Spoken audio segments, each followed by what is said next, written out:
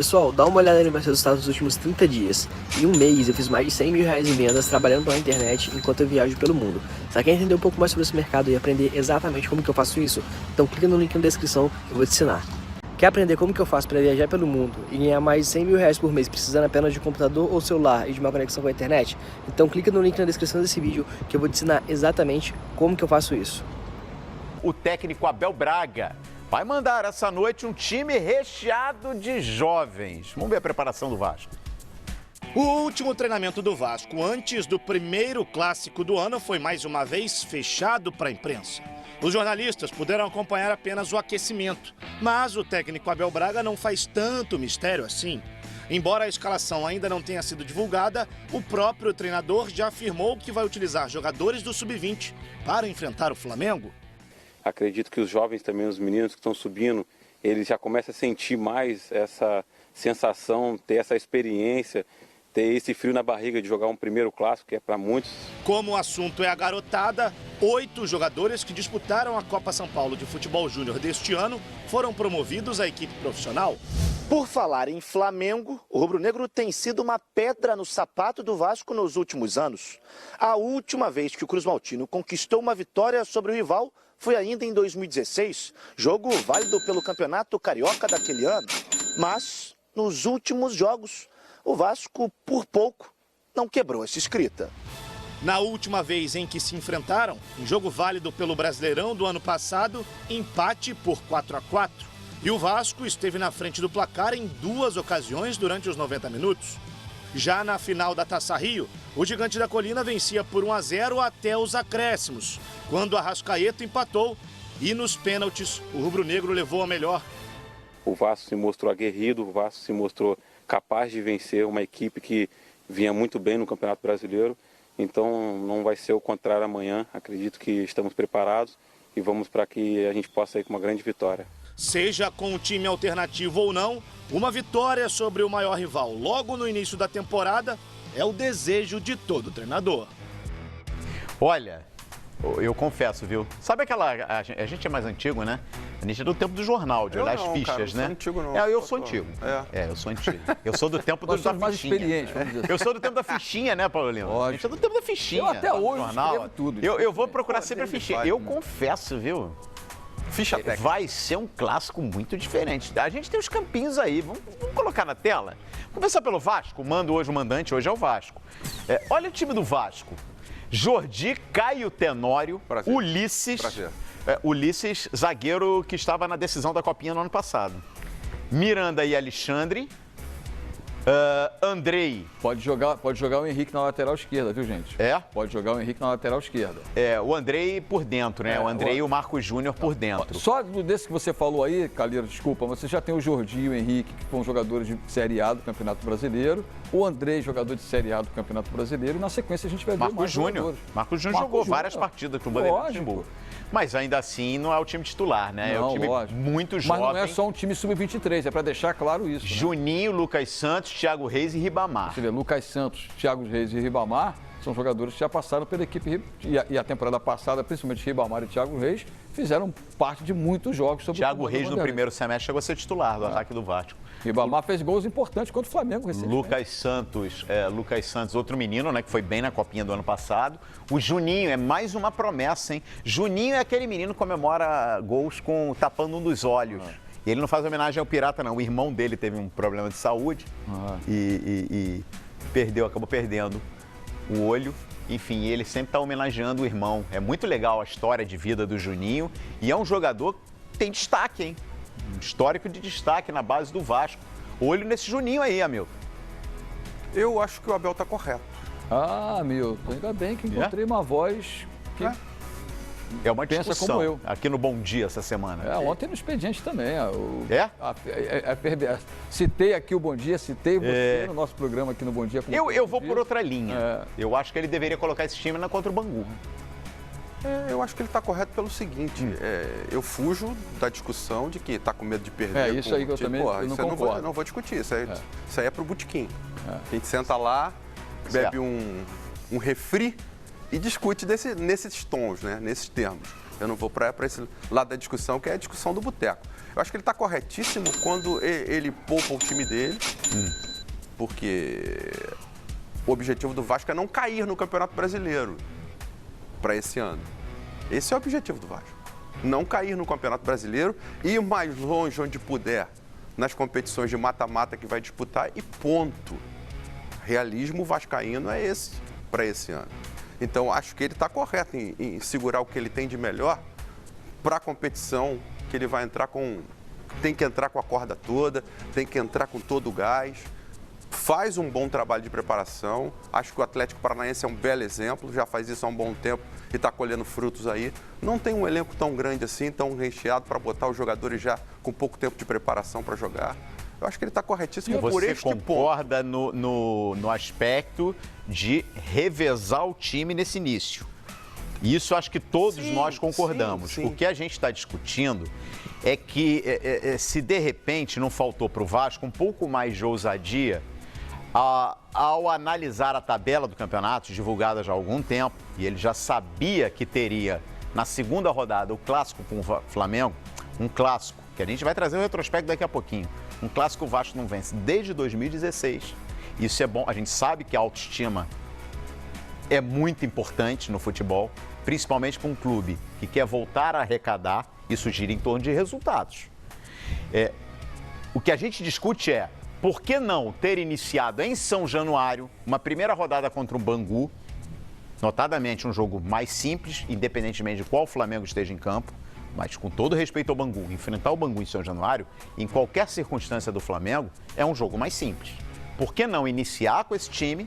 Você estaria revezando o elenco e botar o time da estreia, que é um time muito mais forte, no clássico contra os meninos do Flamengo. Mas por que botar um time para estrear num clássico contra o Flamengo? E tem outra ótica. Entendeu? Essa ótica do Hamilton é muito correta. pouco tempo de trabalho para você estrear num clássico contra o Flamengo. E tem outra coisa, você estrear em São Januário com uma vitória, você daria um pouquinho mais de tranquilidade para o seu torcedor. Foi o que não aconteceu. Né? O Abel apostou numa possível vitória contra o Bangu, como o Calheiros falou, é um time que, até certo ponto, queira ou não queira, um time que veio de aluguel do Campeonato Carioca, mas era apostar para uma vitória em casa. Não teve. E outra coisa, a gente defende que os técnicos têm que ter dois elencos, tem que ter dois grupos, tem que ter jogadores para 2, 3 jogos diferentes.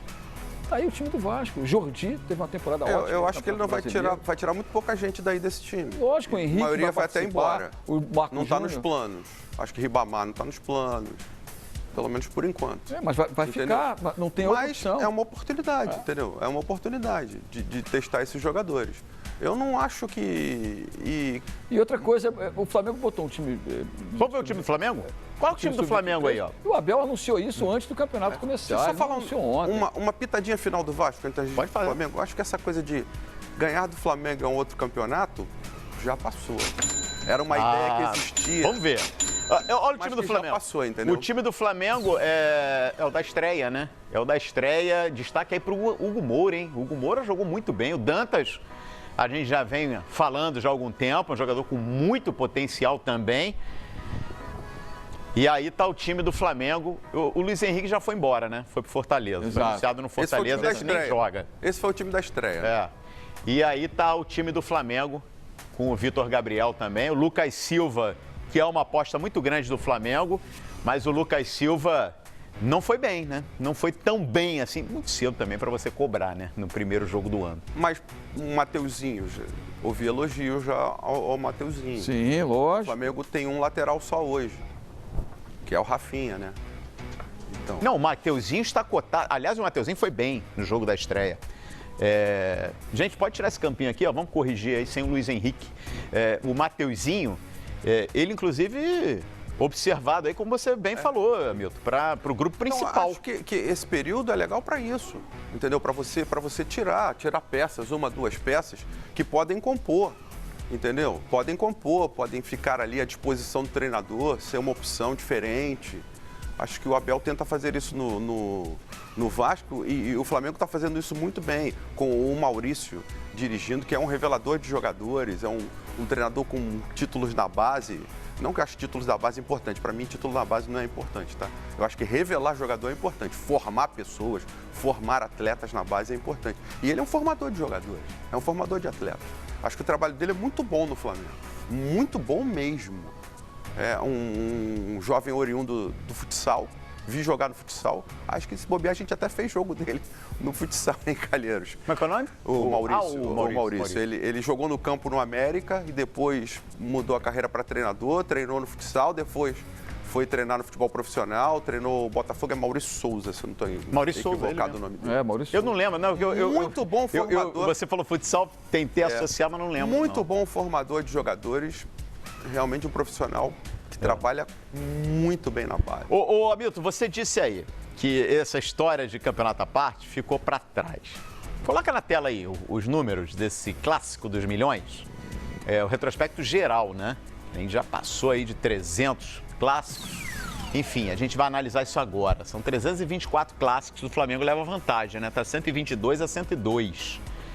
E o Flamengo tem 424 gols contra 389 do Vasco. Agora, ali embaixo em amarelo é que chama atenção. Vasco está a 13 jogos sem vencer o clássico. Nesse período aí de 13 jogos, 8 empates e 5 derrotas. A última vitória, 2-0, lá no dia 26 de abril de 2016. Independentemente da rivalidade, você falou agora há pouco na conversa do Botequim, o torcedor do Vasco não engole. O torcedor do Vasco não engole, amigo. Vai conversar com o torcedor do Vasco. Ele não vê a hora disso cair. Isso daí incomoda em qualquer rivalidade, em qualquer lugar do mundo. Um clássico desse tamanho, com duas equipes com tanta história, me desculpa, mas a gente não pode achar normal um time ficar 4 anos sem ganhar do outro. Não, não é normal, mas também não adianta ganhar o clássico e ser rebaixado. Acho que a realidade é outra. Pensar nisso em termos de ganhou o clássico, foi campeão, pô, bacana, é ótimo, é o mundo perfeito. Mas o que adianta ganhar o clássico e ser rebaixado? A realidade do Vasco é essa, é totalmente diferente. Os três do Rio estão numa realidade diferente do Flamengo. Mas você acha que se tivesse invertido a ordem, vou insistir aqui, nos 2 primeiros jogos do ano, isso compromete o futuro do Vasco no Campeonato Brasileiro? Não, não compromete o futuro do Vasco no Campeonato Brasileiro. Eu acho que compromete o início de trabalho. Acho que compromete o início de trabalho. A partir do momento que você traça um trabalho com o teu time principal e você muda só porque tem um clássico, não quer perder pro Flamengo, você começa a desvirtuar. A questão que pode acontecer um risco de lesão, por exemplo. Você começa a desvirtuar teu trabalho, entendeu? Você começa a desvirtuar teu trabalho. Se você traçou um planejamento de trabalho, que você vai botar o teu time principal no primeiro jogo, vai analisar, no segundo vem o segundo time, aí você vai trocar só porque é o Flamengo? Só porque não ganha 4 anos? Quantos Vasco e Flamengo a gente vai ter o ano inteiro aí? Esse do campeonato, pode ter mais 2 no campeonato, 2 no brasileiro. É que, sinceramente, por exemplo, esses jogadores que estiveram em campo São Januário domingo, eles não treinaram segunda-feira, né? Eles se reapresentam e fazem a recuperação. Eu não consigo ver, e eu não sou um fisiologista, tá? Estou falando aqui como um leigo, um cara que acompanha futebol há bastante tempo. Mas eu acho que a questão não é nem essa. Eu não consigo enxergar um prejuízo tão grande assim no aspecto físico, você inverter a ordem num período de 3 dias. Mas eu acho que no aspecto físico que está sendo analisado, planejamento, é aspecto tático mesmo.